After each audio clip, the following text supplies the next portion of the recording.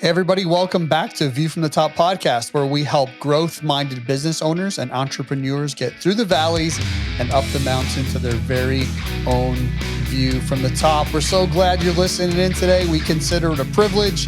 My name is Wally, and I've got Big A in the house. Come on, Wally. You had a good one? Things going well?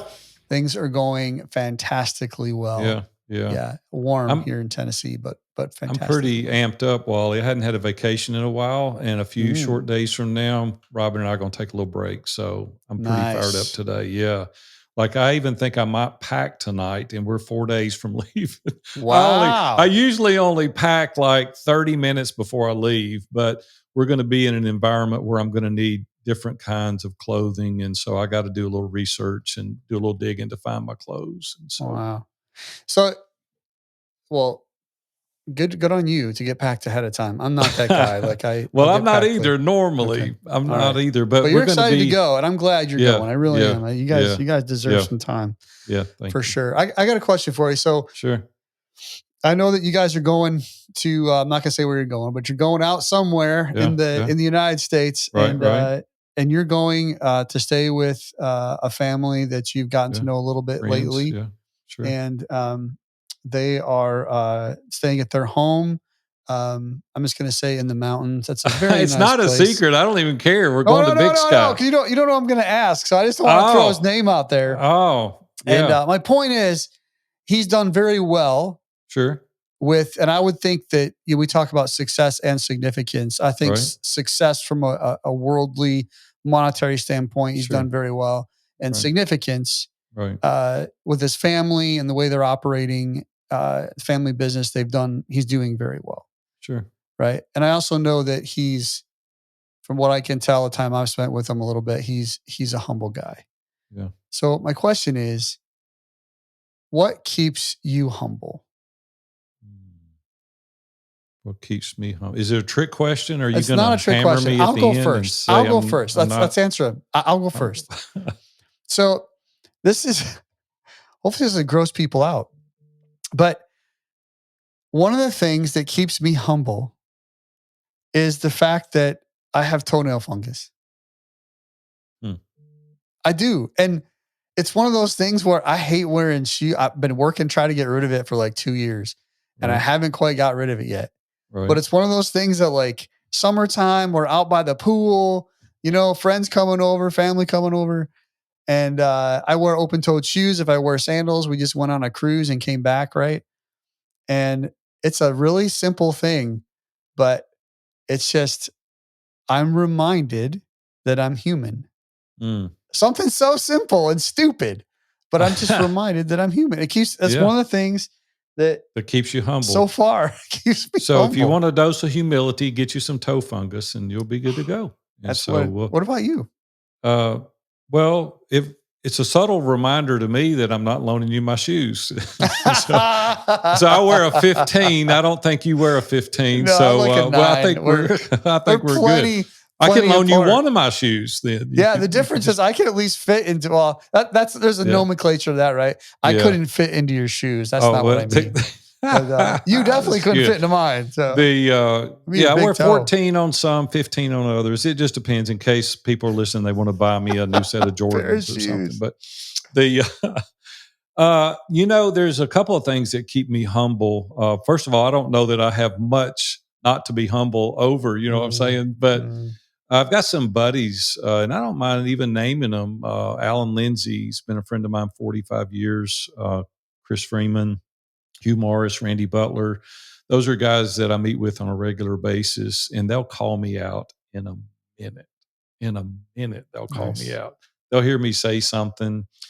But even above them is Robin, my wife now. By the way, tomorrow, 43rd wedding anniversary. Years, congratulations. 45. Yeah, we dated a couple of years and then 43 married. But Robin doesn't tolerate 1 ounce of ego, not 1 ounce.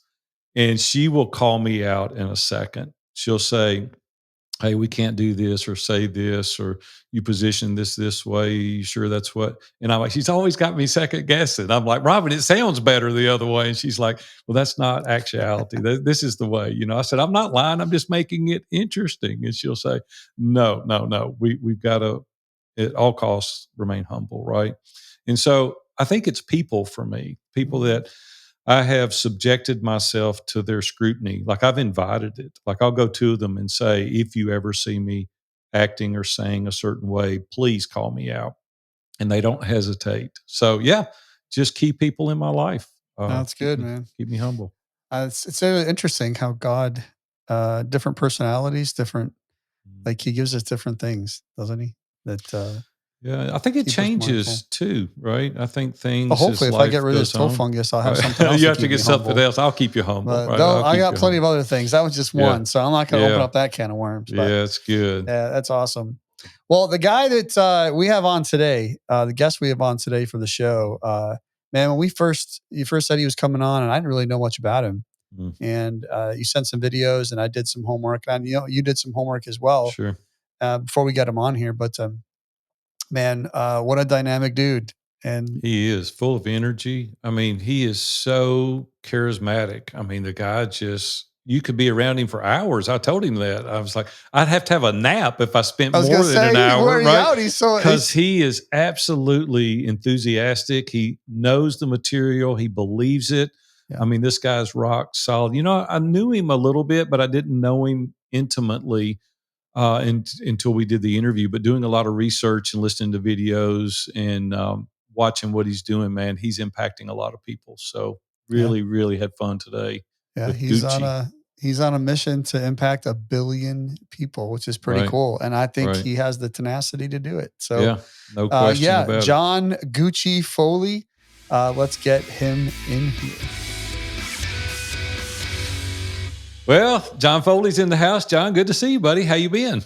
Hey, Big A. Man, I love the haircut, but I'm glad to be here. Yeah, if you had glasses on, we were not sure who the host is. And so I'm glad to be here as well. Yeah, Wally, you need to do something about that hair, man. It's a shave. You gotta get with it.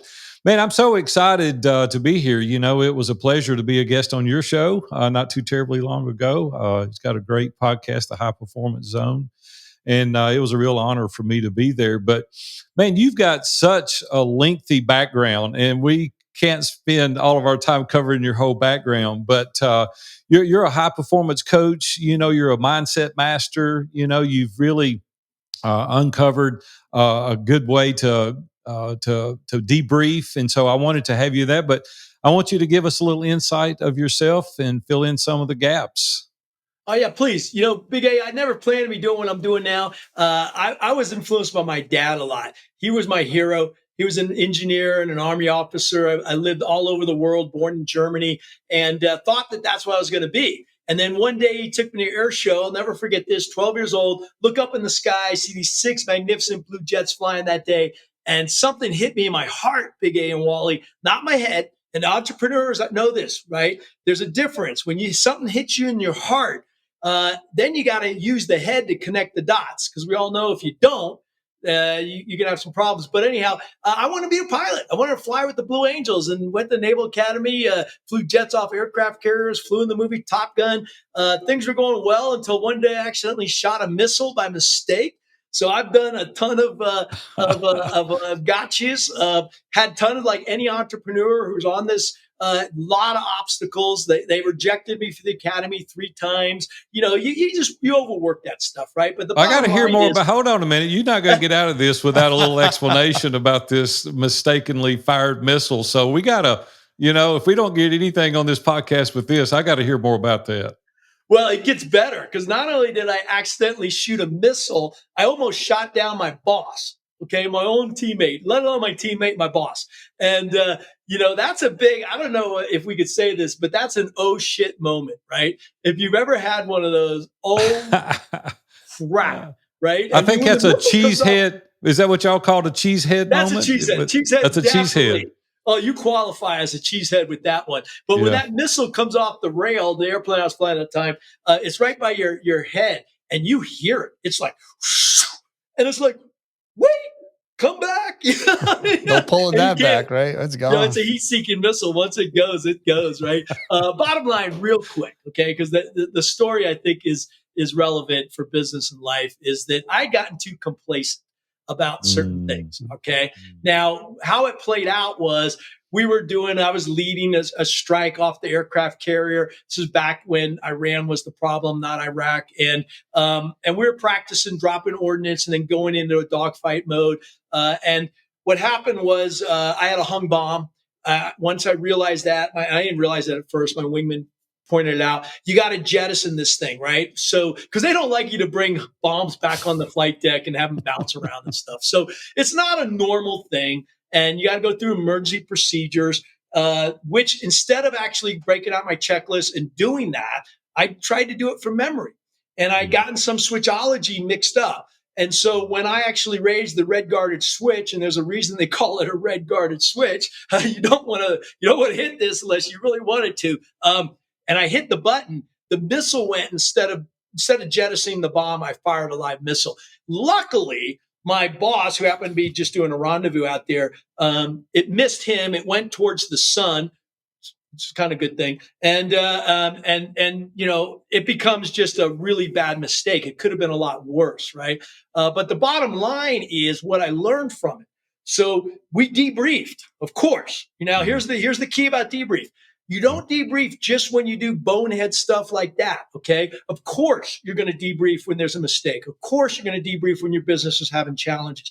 That's not the key. The key is, do you have a process or a mindset where you're actually learning and going continuously improving on? That's what I call the glad to be here debrief. But my debrief was very simple. Walked into my boss when I landed the jet, and it was actually the boss of the boss. And he said, "What happened?" I said, "Sir, I blew it." I said, "I had a hung bomb. I didn't go through my checklist. I got the switchology mixed up. And when I hit the button, the missile went instead of the bomb." He goes, "Okay, it's a very short debrief. Thanks for what you're telling me. You're grounded." Now, pilot and grounded don't go together, but it's exactly what needed to happen. So they grounded me. And of course, they go through all these, a very heavy debrief. But it was pretty simple. I knew what I'd done wrong. But the key was, it wasn't that I didn't do my checklist. It wasn't that I got the switchology mixed up. That's not the root cause. It was what I said earlier. I had gotten complacent. I had gotten too comfortable doing something I shouldn't be comfortable with. First time you carry live ordnance, the little hairs stand up in the back of your neck. I'd gotten to the point where it was no big deal, and bingo, I had a problem. So my question to your audience is, what are you complacent about right now that you have no idea? Yeah, there is a litany of things, right? We all get complacent, and which really brings to an awareness to this debriefing is the reason I wanted you on, right? Because you're an expert at debriefing, and I know you've got a strategy that you walk us through to keep us from being complacent. So why don't you share that? Why don't you share what some of the keys to debriefing are? Yeah, good lead in. The key, I think, is the benefit of the debrief. I mentioned it earlier, and then we'll get into the steps and the keys. Is, why are you doing it? That's a real important question you have to ask yourself. And what is the culture in your company? What is the culture in your relationship? What is the culture that you have? And my culture is a culture of growth. And I heard, Wally, you mentioned that earlier. That's your audience. And a culture of continuous improvement. So I do want to learn. I call it learn, grow, give, right? I do want to learn. And the debrief is a process that allows these learnings to occur. But here's the difference. Okay. What also happens is you connect to the heart. The EQ comes out. You get things like leadership, chemistry, camaraderie. You get to learn self-awareness of yourself. You get to learn vulnerability. You get to learn how to lay it on the table, be open and honest. You learn accountability, which leads to personal responsibility. And for an owner, you get ownership mentality. So, that's a pretty high order. Those are the outcomes. Very simply, I'll give you the high notes is that we would debrief. So it's very simple in a fighter squadron. You brief before you go flying, you fly the mission, you come home and you debrief. Okay. But what I'm talking about here is that's just step A. That's fundamentals. Okay. Maybe in a sales organization, hey, you had a good sale or something didn't happen. Boom. Right. Whatever you want to do. My debrief is different. My debrief is this, what I've learned, and I applied it through the Blue Angels, because that's what I ended up flying with the Blues, which, by the way, that missile shoot didn't kick me out of the Blues. It did initially. My commanding officer, I had just classic. The night before, I'd asked him for a letter of recommendation, which he wrote. Of course, he ripped it up the next day, which makes sense. You try to almost kill somebody, and they're like, "I'm not going to recommend you." Anyhow, it took me another year. Dig yourself out of that hole. Got another recommendation letter later from a different commanding officer, and the Blues picked me. But what I've learned from that, and they didn't pick me because I was some great pilot. They picked me because I learned some of these lessons, complacency and stuff. Bottom line is, we would have a debrief that starts with "glad to be here." And that's why I'm wearing this shirt. For those of you who are watching, it's an ethos, a mindset of continuous improvement, gratefulness, gratitude, making a difference in someone's life, a purpose higher than self. That mindset over trumps the process that we're about to talk to, if you want. So help us understand that say Joe's listening today and he's running a business that's, let's say it's a home service business, and he's doing, say, $5 million in sales and got a team of, making it up, 20 people. When he thinks about his business and he thinks about debriefing, you mentioned something earlier that was, I think, true. We almost always think about debriefing in terms of when something goes wrong. Right. So what does Joe need to do? What is in his business? What are areas in his business that he can, before we even get to the principles, like how can he be already thinking about, okay, here's the areas I can already be thinking about how to apply these as you start talking through them? Yeah, first thing is you need a cadence of execution, all right? And we all have them. Your business is operating at a certain cadence, all right? Adding to that cadence of execution should be a culture of excellence, a culture of glad to be here. So it's the combination of any business owner is you got to drive the culture and set that command climate. And I want a culture of excellence, right? I want a culture of caring. It's not an either or. And then the debrief is just a tool or mechanism that allows you to develop the higher skills that we're talking about. So if I'm running that company, I'm sure that there's all kinds of examples. What events did we do today? How did they get booked? How did they go? What's the customer experience? Okay, all that kind of stuff. The key here is that two things I want to go into and why they're different. You're not only identifying what went wrong. Okay, that's easy. I want to identify what went right. I want to replicate what's going well. I want to figure out what were the decision points that either worked or didn't. So I'm going to take action. So it's really 3 steps to the specifics. What went well? What could I do better? Or we as a team? And then what action steps are we going to take? And then you assign, roles and responsibilities and timelines and all that kind of stuff, right? But the difference that I like to show is that you got to start these meetings. And they could be any time. You could have an event debrief. That means something just happened and I want to talk about it. But the real-time debriefs is where the gold is. And this is where, you and I will debrief right after this event. And we'll just go, hey, how'd it go, right? And what I first want to know, and here's what I want to share with everybody, is you start with a check-in. And I call it a check-in to general safe. I want to know, first off, how are you feeling?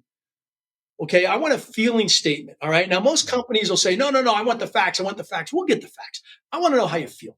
Right. So, and by the way, as a leader, you set the tone. So I want you to go first if you need to start teaching this. Right. And I'll give you an example. Hey, I feel great today, guys. I'm so grateful that you asked me on your podcast, right? Did I have a safety? No, not really. You don't have to have safeties. I was there on time. That doesn't always happen. I'm grateful. Okay. I want to acknowledge you all for what you're doing for others. And I'm glad to be here, man. I'm deeply grateful to share this information. So it's 4 steps. What am I feeling? Good or bad? You need to be authentic. You need to be vulnerable. You need to be self-aware enough to say, I was out of parameters. That's all a safety is. A safety is calling out yourself first. And a leader, super important, because that's how people realize that they can be safe. You need a safe environment. All right. I want to acknowledge others, and I want to reinforce why we do what we do, not what we do. I want to reinforce what's important in my life. So that statement was quick, right? I did that in less than a minute. And I want everybody to have the chance to say that, not just the leader, everybody. And then we'll get into, okay, how do we get better? It's good. So walk us through some of the things that are the keys then for the debriefing. Yeah. So, the first thing is, I think, making sure that you look at this as something that's going to help me grow my business and grow myself. By the way, these debriefs I do every night internally. Okay. I go over in my own mind. So this doesn't have to be a team setting. Okay. But the key here is what you're developing is that mental toughness, that mindset of resiliency. You're developing chemistry and camaraderie with your team members. You're showing vulnerability, but strength and vulnerability. And at the end of the day, you're identifying things that are going to make your business go better or your life go better. So, like I said, I use it as a cadence.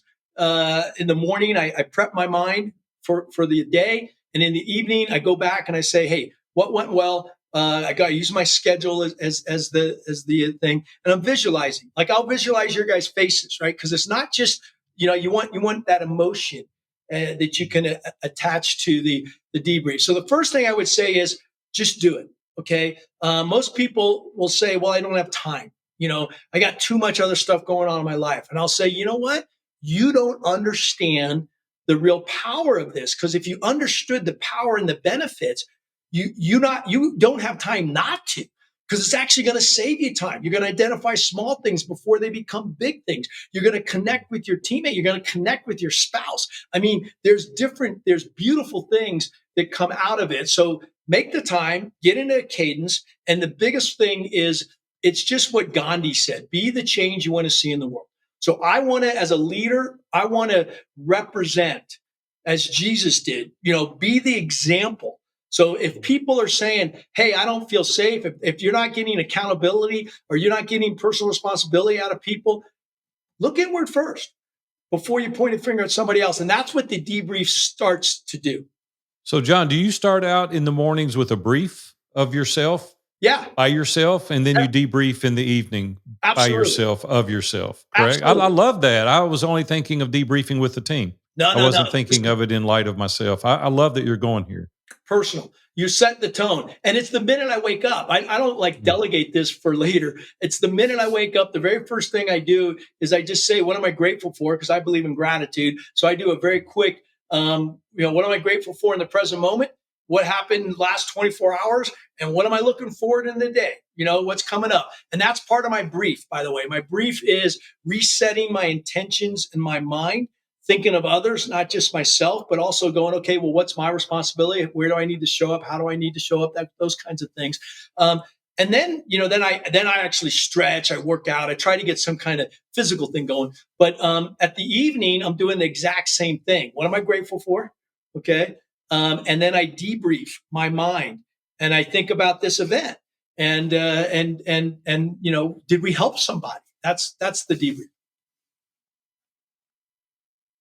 Yeah, I love that. The environment that you talk about at length is setting a safe environment for the team. Talk a little bit about that and the purpose of it. Yeah, there you go, man. You nailed it, Big A. There's what I call the 5 dynamics, and you need to have these 5 dynamics, and you want to build on these in any organization in your own life, right? And the first is a safe environment. You nailed it. And to me, that's just not a physically safe environment. Of course, I want that. It's a psychologically safe environment. It's an environment where people feel respected and cared about. So to me, the safe environment is all about respect. Okay. And as a leader, we get to set those tones. And if it's not there, work on it. Right. The second thing is I want to before you go there, give me a practical example of how you create a safe environment and you show respect to people. What do you practically do with your team? Well, the minute we start a debrief, if I want to set the tone, so as a leader, I'll go first. Okay.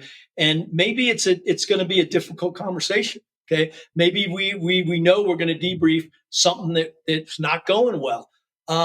Then I got to lead it with openness, vulnerability, accountability, and I need to point the finger at myself first. It's the classic 1 finger pointing at somebody, 3 pointing back, right? And I want to look, and sometimes you got to look deeply. This is where the self-awareness comes in. I want to look at what's my role in this. And where's my personal responsibility kick in? Set the tone. Tell them, hey, I could have done some things better. I should have had us more prepared. Maybe we needed more clarity before we even started this project. That's on me, right? But the point is that allows a safe environment where people go, oh, if even the leader is talking about having some things they could do better, which by the way, all of us can. So Sure. it's just a question of how detailed do you want to get? Then good. That sets the tone. Now, first, don't think that everyone's going to like in one time go, oh, well, then I'll tell you everything I did wrong. No, they won't. They're afraid. Not gonna They're happen. scared. All right. Yeah, They're sure. fearful of their job. They're fearful of your Yeah. reaction. They won't do that necessarily. So it takes time, but that's the safe environment. That's the culture I want, that everybody gets a chance to speak. I might not agree with you, but I'm going to listen to you. That's the safe environment. Hey, John, when there's a lot of guys listening to this and going, okay, I haven't been practicing this. Yeah. Like, there's not something I've been doing, right? Just whether this is brand new or a reminder that's like, okay, I know I got to get my act together. How transparent someone desires to do this in their business. How transparent, like the way you just described all that, like if it's me, I'm a pretty transparent guy. Like I'm going to come in and I'm going to say all the things you just said. I can't even repeat them because you said them so well, but just like, here's the reality of the situation. I've not been doing this. I want to do this. Like, what's the level of transparency that if someone comes into a team that they haven't been leading well and they want to start leading well? How do they start? Yeah, beautiful question. So transparency is the third dynamic. I call it lay it on the table. Okay. Because I want you guys to remember this. I want people to remember this. So what I want is open, honest communication, transparency. So what I'm really asking of others is lay it on the table. Let's talk about it. Okay. Don't sugarcoat it. Don't give me your withholds. Just lay it on the table and we'll address it. Now, the only way they're going to do that is if you do it first, right? If you show that it's safe. So, I'll give you an example, but I think you're right. I think Howard Schultz said this. It's good to show, as a leader, it's good to show vulnerability, just not every day. Okay. Now that's his opinion. And my opinion is, hey, if you need to, just be authentic. Hopefully, though, you're not doing that every day. I mean, because you got some good things going on too. But no, I'd be authentic. I would be absolutely authentic. I'll give you an example of how we did on the Blue Angels. So it started with the boss. All right. And he or she would speak first. And we were in London, England at the time. This is back in 1992. We were doing a world tour. By the way, we went over to Russia, Moscow. It's a whole different story. Okay. Wow. And we had, the weather was bad. So I remember standing out, and we had probably 500,000 people. We're only there for one day for an air show. You really want to perform for people. But we have no-goes. We have no-goes, and it's weather's 1,000 and 3,000 ceiling, 3 miles of visibility, and it wasn't there. So I remember standing out there, and we're waiting on the tarmac, waiting. And hopefully, the weather's going to lift a little bit so we can fly. We can do what our job is. And the boss looks at me, because I was the operations officer. I was number 5. Think of it as a COO. And the boss looks at me and goes, Gucci, what do you think? Can the solos do it? Because the real issue was visibility that day. We're the solo pilots. We got the biggest challenge. And I said, boss, we can do it. He says, okay, we're going to go fly. So he made the decision. All right. And that's a critical decision, because if everything goes well, nobody questions it. Something doesn't go well, they're going to question his or her decision making. And guess what? That's why you're a leader. It's gray areas that you need to make. Now, and here's my decision making. Anyhow, my point is, in the debrief, his opening comments were this. He says, Gucci, not to Gucci, he said to the whole team, he says, I'm glad we went flying today. Gucci, I dropped you off a little bit low on the head on. Now, let's unpack this for a second. When he said, I'm glad we went flying today, what he really was saying to his team is, I'm glad I made the decision I made, because I could have easily canceled the air show. In fact, it would have been an easier decision, and I didn't. And he was just saying, I'm grateful that we did this. Then he looked inwards, and through this whole show, there was all kinds of maneuvers. He pointed out one little thing that he was a little off on. He dropped us off at 480 feet instead of 500 feet. No one in their right mind would know the difference, but he knew it. And he was just showing the team that, hey, I was off. I recognize it. I'll fix it. That's it. It's fine. And you move on. Guess what? So that's the example. Now, number 2 speaks next. And he says, boss, I'm glad we went flying today too. Now he could have said, hey, I wish we didn't. I was scared shitless. That's okay too. I mean, whatever it is what it is, right? But what he really was saying is, I support your decision. Do it anytime. I'm with you. Now, how important is that as a leader to know how your people feel? Not whether they're going to do it or not, but how they feel about it. And then Fudge, whose nickname it was, he was off on a maneuver. And that's the cadence. That's the example that we all should give.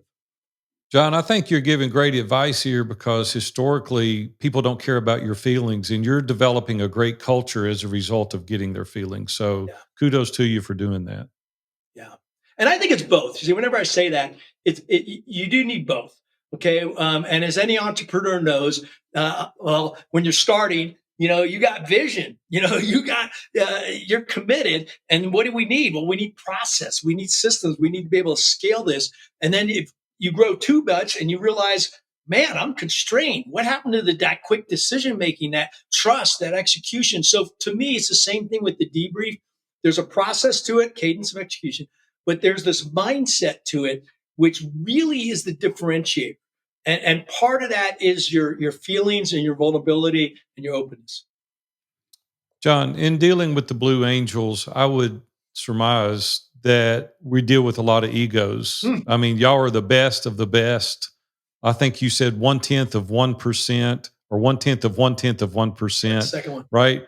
Wore your helmet, right? And so very, very minimal amount of people. How did egos show up in the debrief? Big A, great question. I think you read the book or something, or you just know this in your heart. That's the second dynamic. And we said, check your ego at the door. So just for refresher for everybody, first one is we need to create a safe environment. That's respect. The second one is what we're talking about now. And that is, I need you to check your ego at the door. Because did we have egos? Are you kidding? Of course, but here's the key. So do business leaders. So does everybody. And what we said, and that's why I say check it at the door, is we say, look, of course you're good. I want you to be good. I hire good people. But this is about the we, not the I. So there's no room in this room for your ego. Where there is room is we want to get better as a team. We want to get better as an organization. So it's the we, not the I. So, and by the way you police that is with peers. It doesn't come from the top down. It's, if you got one of your teammates who's, a little bit full of themselves, we would pull them off to the side and say, hey, you might want to think about that. If that didn't work, we call them out in front of the group. And that's fine too, because you're not doing this maliciously, or whatever that word is. You're actually, you're trying to help. So exactly. No room for egos, but acknowledge that we all have them. And it's about the we, not the I. Yeah. There could be a lot of excuses, I think, of why we wouldn't do this. As a business owner, I could think of a few. Give me one, Wally, because you're absolutely right. We got to address the withholds. Why wouldn't you? Lay it on the table, Wally. Be vulnerable here. So let's hear it. Let's lay it out there. Let's hear it. Yeah, I'm a facts guy over feelings a lot of times, right? Like I have to work at, these are the facts. Let's get to the information. Let's get to the data. Let's make a decision, and let's move on. And I know the feelings you're talking about, are appropriate feelings, right? We're not talking about having a cry party every meeting. That's not what you're talking about. That's totally different. And I think identifying like when I think of an excuse with me, it'd be like, okay, well, feelings, facts. I just want to get to the data and move on. So I know that's not the best answer. Like I know, but I could use it as an excuse. So what are some other excuses that you've come across that people throw out there? Like, for that, I'm not going to do this. Doesn't matter. Yeah, well, let's do it back and forth. So I loved your idea about your facts guy. The answer is both. I'm not saying this is about feelings. Feelings take the first few seconds. Okay. Yeah. We're getting into the facts. I'm talking inch by inch, flying 1,000 miles per hour at each other. Believe me, I need facts. Okay. So we can counter that. But I think more importantly, the first thing that I would throw out is people are going, well, I don't have enough time. Well, again, we addressed that. The second one is their fear. Okay, watch. If you want to be honest, what we're really talking about holding back is fear.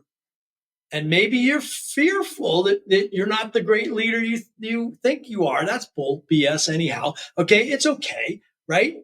So, I think what we really need to address is what causes fear. What causes fear in you? What causes fear in the organization? And I bet you that's the root cause of any reason you come up with. So, Big A, give me a reason. Why would some people, not necessarily you, not want to do this? Come on with you, man. Forget about some people. I think it's really good to talk about the feelings because I'm a little bit in Wally's camp too. I'm a forward charger. Let's go get it. But I love the fact that you address it for a couple of seconds because we don't know what's going on in the life of our peers that could have an adverse effect on the meeting, right? They could be feeling a certain way. They could have that unfounded fear that's there for whatever reason. And we need to address that first before we get to the data because someone makes a mistake in your world, somebody dies, right? I mean, like a few inches matter. And if they're not feeling up to par for whatever reason, quite honestly, I'm going through a really difficult time in my personal life right now. I've got a family member that's very ill. Yeah. And so I'm not up to speed completely, right? And I would need to be honest in a team meeting to say, hey, I had to make an apology, Gucci, today because I've not been up to speed. I kind of dropped the ball on something. And I just said, hey, I own it 100%, my fault. I own it. And I feel better as a result of owning that, right? It's a feeling, right? I feel inadequate right now because I'm not up to speed. And so I'm really aligning with what you're talking about right now in regards to getting that out there. And then we'll get into the data. We'll get into the facts. Well, and and what happened when you were honest about not being up to speed? What happened? Yeah, well, nothing's happened yet. He hasn't got the email back from me yet. It was through an email. But the truth is, I had to own it. I had to say, hey, I got to own this thing. And so I did. So that cuts out, as you call it, the BS. It's like, okay, let's just get it out there and now we'll deal with it. Yeah. And so we haven't got to the openness, lay it on the table yet. We're just passing the I own it, the feelings part right now. And so, yeah, I love this process that you take people through. And one of the things you've already touched on is a little bit is just lay it out there. Let's just get it out. So how do organizations build that culture if it's something brand new? They're listening for the first time, as Wally said earlier. And man, they've never done any of this. They've never addressed egos. They've never been humble at all. They've never been open. They don't. What happens is those companies implode eventually, don't they? Yep. Eventually they implode. And so is there baby steps to this? So how would you lay it out in a baby step format? Well, first decide where you're going to start this with, right? I would start it with your closest team, okay? People who you already have a certain level of understanding, respect, and start there, right? The second thing I would do is reinforce what's going well. Okay. I guarantee you there's some good things going on in every organization and whatnot. Just what you said though, Big A, about, you got a family member, so you're distracted. See, I want to know that because on a team, then what really happens, and I've seen this, is other people will surround you and support you. But if you don't say that, they don't know it, and they just go, well, Big A is just being lazy. No, there's something else. They're operating at a deficit. They don't have context, right? And they're operating at a deficit. And that's what you find is really you're looking for ways to support others, right? And so I want to know if you got other stuff going on, right? And by the way, that's how you know if you have a safe environment, when people start saying personal things that they don't have to say. Right. They start to let you into their life in a way that, you go, wow, well, they respect that. So the other thing to answer your question is the fourth dynamic. It leads into the fourth dynamic. We actually got a process here. And that's the idea is start with what's easy. Start with just the check-in, right? But the fourth dynamic is accountability. And that's what we all want. Every business owner, I think what you really have here when you start to do this is you not only have accountability, more importantly, you have personal responsibility. People start taking personal responsibility, and that leads to an ownership mentality. So we as an organization, And every single individual has to own the outcome. That's the fourth step. Own the outcome, not just your role. I don't care about that. Of course, you got to do your job. I want you to own the outcome. And that means you may have to step outside your role a little. You may have to help somebody else out. What you don't want is someone deflecting and saying, well, it's their fault. They didn't get it in, so I couldn't get my job done. That's what we're trying to get rid of, right? And so, with companies like you said, that what I'm showing you is the Blue Angel mentality. It's there. Right. We create it every year with new people. Half the team's new. You can create this. Start small. Be authentic. Start as the leader, okay, and live what you mean. And you know what? Some of us might be saying, well, that's easy for you to say, and I don't feel it. You know what? Stick with your strengths. Double down on what you're good at. There's a reason you're doing what you're doing. There's a reason you're in the position you're in. Stick with your strengths and slowly start to build these in, and know that it's a two-step process. There's the operational side, which is you guys. It's facts. It's get the stuff done. And then there's the EQ side, or the feeling side. They're not different. Right. They're not different. You just got to merge them together.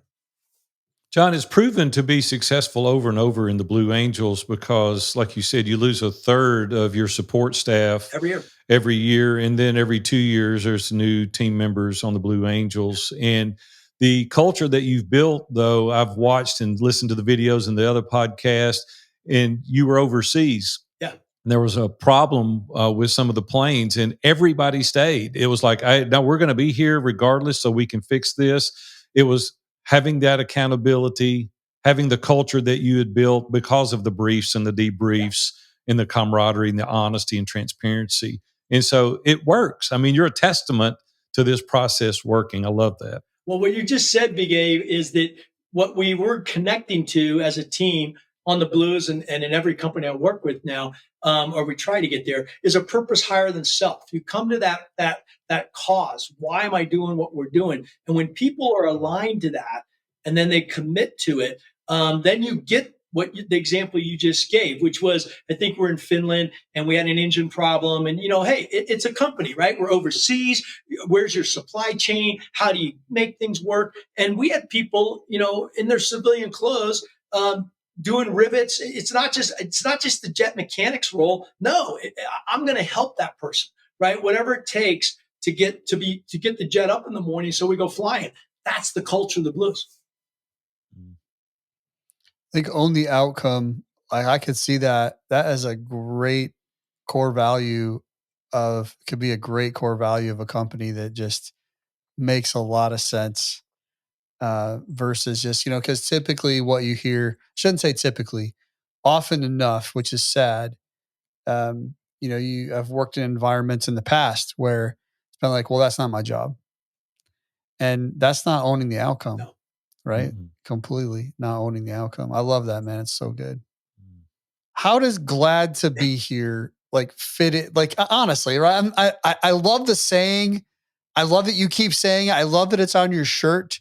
I love to watch the videos and the podcasts like Big A was talking about. We've done that. Where does glad to be here? How does that plug into this thing? Help me understand. You know what it is? It's the superpower. It's the spirit. It's the soul. Okay. If you think about, I was just reading about some Stoic philosophy, and they define the idea of spirit as being your unique genius, right? We all have unique genius inside of us. We all have our unique value proposition.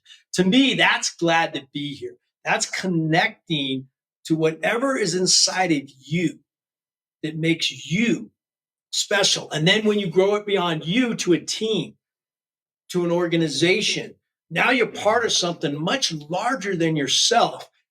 What it does is it not only unites us, which is really important and aligns us, it actually creates energy. See, here's the cool part. It creates the energy that all these other 4 steps then will help you put into action. So it's the secret sauce. It's actually, you start and end with glad to be here. It's not a separate step on its own. It's the ethos of everything. It's really difficult. The first time I heard you say that,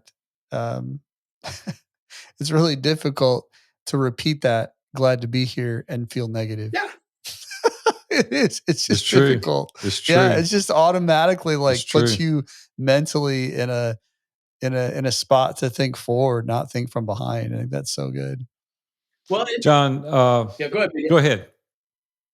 Go ahead, buddy. Well, I was just going to reference that when you say glad to be here, it doesn't mean everything's going well. Okay. In fact, sometimes it means the most when you're having those struggles, when you're having those challenges, to say, I'm glad to be here. Dave Ramsey has what's his saying that he says all the time about better than I deserve. Well, John Gucci Foley's got glad to be here, so you're pretty good company, man. Yeah. Well, now I hope everybody who's listening to this has glad to be here. That's the key. Make it real for yourself. That's good. John, there's some folks that have really spoken on your behalf. Salem French and Norma, the CEO over at Community Health, they said that you've literally saved their life. They said with your unorthodox style of coaching and mentoring, the way you debrief them weekly, man, hats are off to you in regards to that company and what you've done for Community Health. It's really encouraging to hear the people applaud you when you go there, and the president of the company can walk out. You walk in, they give you a standing ovation. I said, that's the guy that's glad to be here. And I'm excited, man, that we've been able to have you on today. There's a quick story I want you to tell as we end.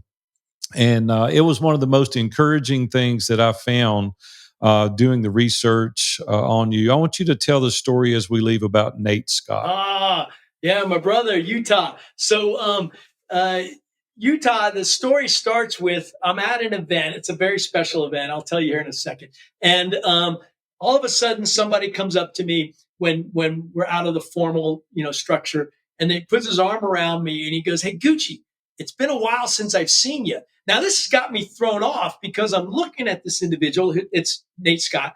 And I'm racking my brain. I'm like, I don't remember you. I don't think we've ever met, but you don't want to say that, right? And then he paused and he brought out his cell phone. And the screensaver on the cell phone was a picture of me as number 7. This is back in 1990. Now, this event occurred maybe 5 years ago. And there's a little boy sitting on my knee. And then he goes, and it's really obvious. It's like, holy crap, that's him. And then he tells the story. He goes, I know you don't remember me, which he's right. I don't remember that instance. He said, I kept this picture above my bed as a kid, kept it above my desk in college. He still had it up in the living room. And look at who he is. He's a Blue Angel. And that's the cool part. That's the story, because you never know when something small as that 45-second meeting where you stop, give a little encouragement to somebody, where that can make a difference in their life. And the cool part is Nate now he's out of the blues and he actually works for us. So when you think about CHG, in these companies, I've got a blessed. My old boss works with me now. Nate works with me. So we get to go out and make these difference in people's lives. But that was, phenomenal. And what it was it's the passing of the baton, right? To another generation. That's what feels good. Yeah, man, that is such a cool story. You've touched so many lives. I know you've given thousands of keynote speeches around the world, got a great podcast. I encourage all the listeners to check out the High Performance Zone. If you get a chance, Fearless Success would be a good read. So if you get a chance, check out John's book. John, any closing comments or thoughts, or how can people connect with you if they'd like to learn more about Gucci? Yeah. First off, just thank you for having everybody here. Put it to work. If you want to get deeper and connect, LinkedIn's the best. John Gucci Foley, probably a lot of LinkedIn users here. Website's decent. JohnFoleyInc.com. And here's the cool news is it's not ready yet, but I'm going in the studio here in a couple weeks, and we're producing a course on exactly what we talked about. This glad to be here debrief, right? And it's not ready yet, but if you want to get in line, just sign up or whatever. Get on our newsletter. And it's not just a course. What we're really going to try to do is do what you're doing here, is bring mentorship and leadership. And Nate and Boss will be part of it. But it's this idea of how can you take what we've shared right now and make it real in your life and your business? That's what I want you to do. Make it easy on yourself, as easy as possible, and go make a difference in someone's life. Continue to make a difference in someone's life. Well, John, you certainly are making a difference in people's lives. Hopefully, we can help you reach that goal of reaching 1 billion people and impacting their lives around the world. So thank you so much for being with us today at View from the Top. Thank you, Big A. Thank you, Wally. Glad to be here. Gucci out. See you. Well, hey, I hope you enjoyed that as much as I did. John is just an incredible guy. I loved his process. He taught me so much about having a safe environment and really what that looks like. He made me check myself when I was thinking about humility and ego and the level of accountability that we all need in our lives. And glad to be here is born out of a sense of gratitude that he's got. And he made that very clear. He is such a great guy. His experience with the Blue Angels has really allowed him to provide invaluable insight into cultivating trust and leadership with the people he works with. I hope you enjoyed it as much as I did. Go out there today and implement this strategy so that you too can have a view from the top.